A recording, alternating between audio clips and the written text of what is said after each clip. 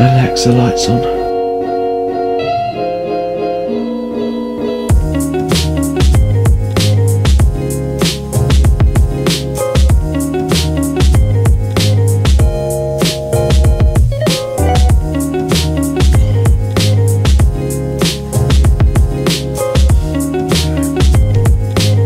Right, I forgot to film an introduction. Basically, I've made a Q&A. For those of you that are following me on Instagram, or if you've looked at my community posts on here, I asked for a bunch of questions. You gave me a bunch of questions, and this is the result. Enjoy.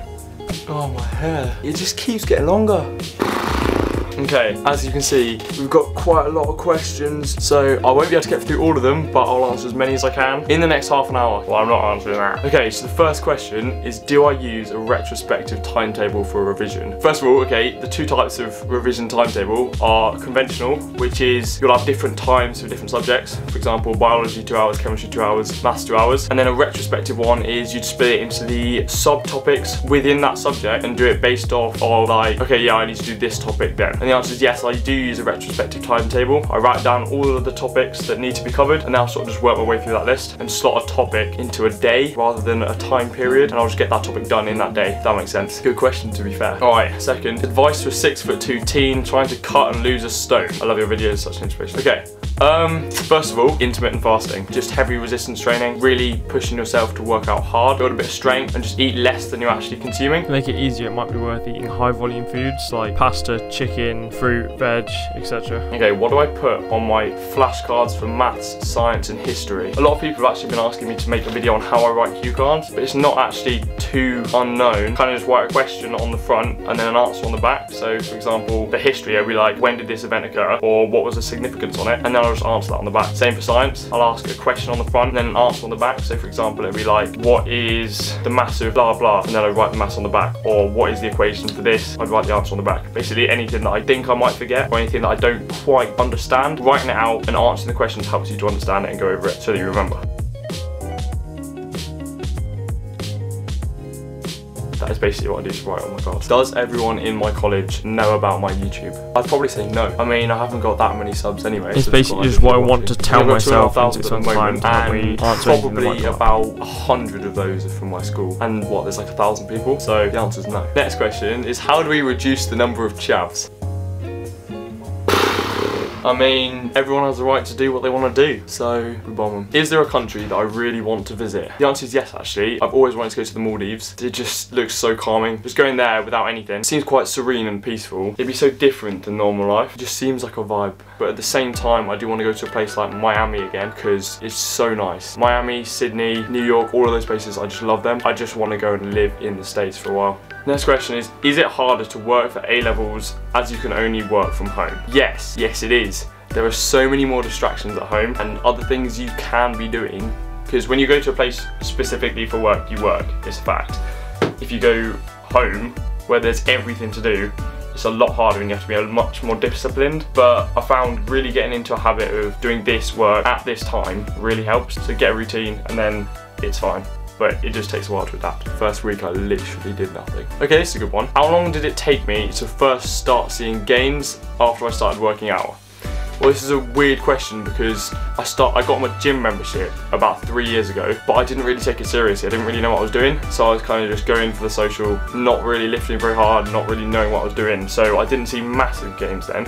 Obviously, you've got newbie gains, so it comes on pretty quick. Then, probably after a few months, but then once I really started making progress about 6 months when I actually started taking it seriously, hitting all the main lifts, eating a decent amount. That's when it sort of kicked off, really. Okay, the next question. How do you regain your concentration and focus when you fall into the trap of procrastination? This is a difficult one because when you get into that state of mind, it's quite hard to get yourself out, but that's more mental resilience. I do quite like to, though, just put on a really upbeat song, jam out to that for a while, and then just do something I really like doing for like 20 minutes, half an hour, whether that be working out, whether it be playing on whatever, watching Netflix, or doing something that you enjoy. Do it for half an hour, but then have something stimulating, something to eat, something to drink, coffee, whatever, and then go back to work. You're craving a little boost of endorphins, so give yourself that boost and then get back at it.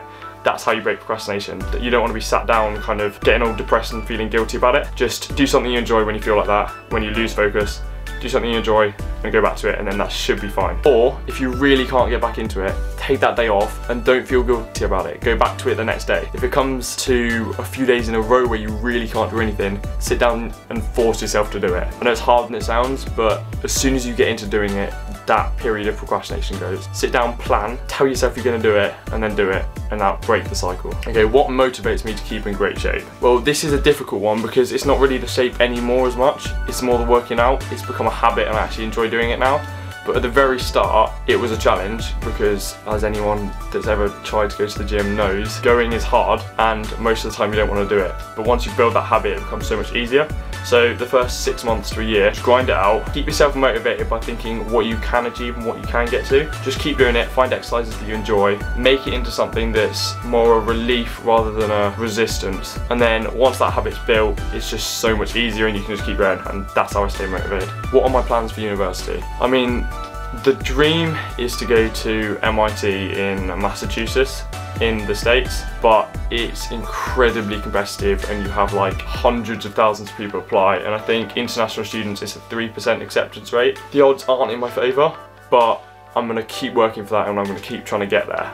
If I don't, I really do like the University Imperial College at the moment. I just bought their prospectus. I just ordered their prospectus and it looks amazing. So if I decide that I want to stay in the UK, Imperial College is where I want to go at the moment. Bros or hoes? I mean, that's not even a good... It's a difficult decision. Obviously, you love both of them, so you've got to find the balance, but social time and kind of going out with people, it's got to be the bros, and then just sort of chilling out, doing whatever, it's got to be the other side. What do I do when I'm bored? That's difficult because I'm usually feeling guilty about not doing work, so I want to get back into that, but if I can't, I usually just sit and watch TV, because when you get into that state where you're just bored, you don't want to work and you don't want to do anything else, you either want to break that cycle, in which case I'll go to the gym, or I'll just tell myself to work, or you just want to do something you enjoy, so I'll just sit down, relax, read something, watch something, play something, do whatever I want, or learn something new. Dream job. Right, this is a tricky one.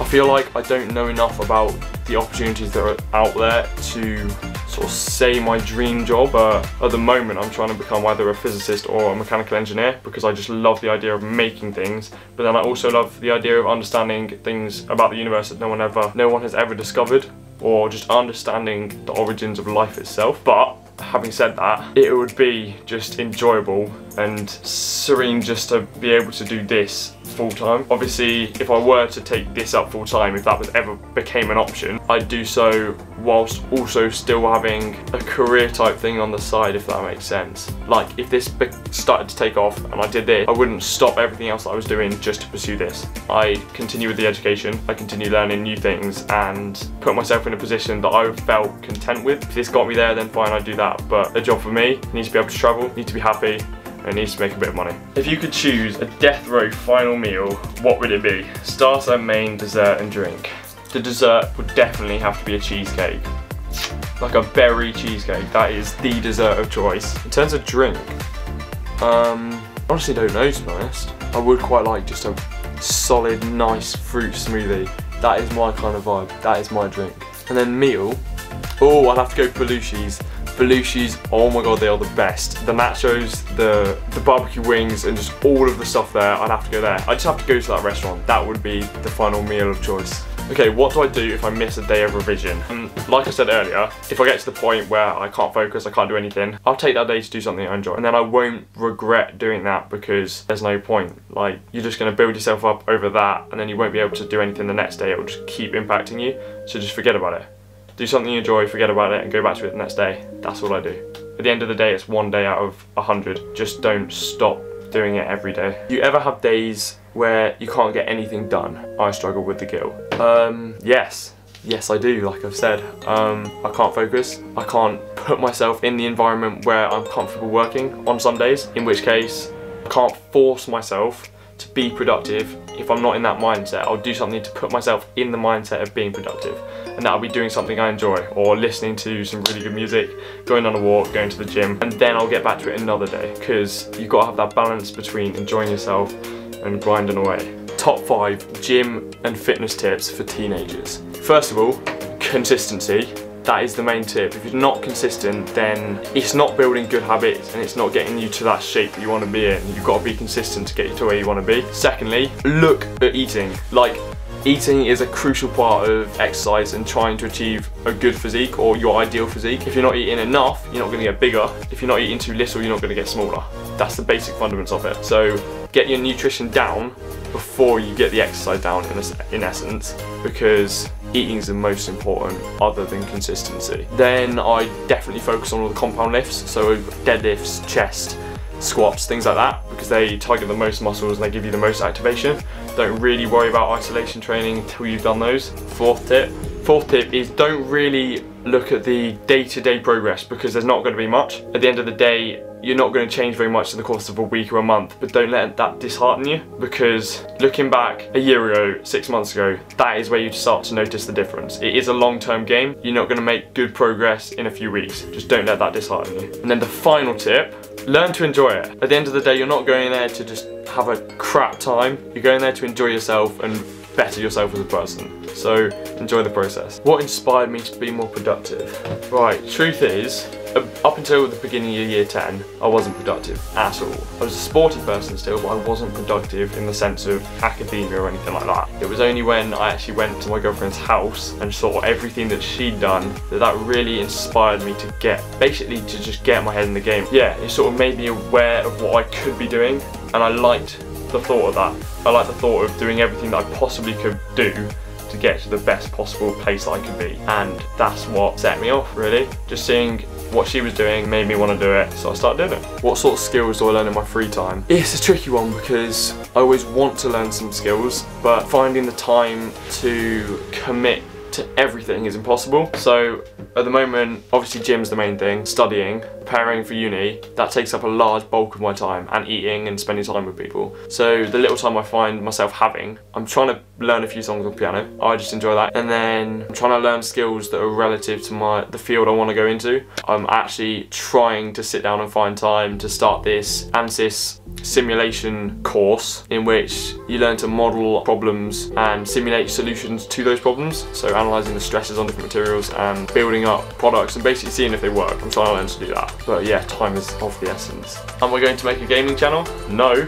But I did used to have one. I'm not telling you where that is, but you're welcome to go find that. How to prepare for A-levels before you start them. Make sure that you know how you're going to stay organised during A-levels, what you're going to do to stay organised. I'll be making a video on that in a few weeks to a month if you wanted to watch that. But make sure you know what you're going to do then, and then maybe just have a look at what the course involves, and maybe even buy one of the textbooks that you'll be using and just start looking at the content.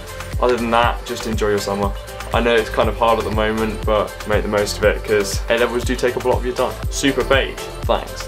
Have you finished year 2 maths yet? Because you do further maths, right? Yes, we finished year 2, the pure maths. Well, we're like one topic off, but we basically finished that. We finished the whole of the stats course for the 2 years, and I believe we're close to finishing the mechanics. We haven't done all of that, so we've got to finish the mechanics, a tiny bit of pure, done all the stats, and then that's it, yeah. If you were in year 13, what would you do now with all of this time, now that A-levels are cancelled? Do something you enjoy. Find your passion that's going to take you through.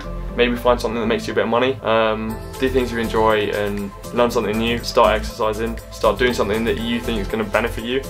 But just chill. Just relax. Or just try and do something that's going to set you up for the future. You've got time now. It's going to be pretty rare finding this time or this amount of time again. So do something that you think down the line you'll be looking for the time to do, if that makes sense. What were my predicted grades in year 10? I can't actually remember, but I wasn't like awful in school, but I hadn't done all of that work that I said I'd done because I didn't know I had to do it, or I didn't know I should be doing it. So I think I had 6s and 7s. So like, yeah, they weren't bad, they were pretty good, but they weren't what I got by the end of year 11. What mic do I use? I use a Snowball mic. It's just a pop-up one, I'll show you. Just this one actually, my brother gave it to me. It's not too expensive, it's a decent mic. But on this new camera, I've just bought a Joby one. No, not a Joby, a Rode one. So that's alright. But they're fairly inexpensive mics, so like 30, 40 pound, nothing too flashy or expensive. What made you want to work extremely hard for the grades you got? I think I've covered this, but basically just trying to be the best version of myself I could be, or proving to myself that I could achieve what I achieved. At the end of the day, putting all that work in and then seeing the results really helped boost my confidence and made me more determined in other areas of my life. So that's more an outcome, but it's also partly why I chose to work so hard.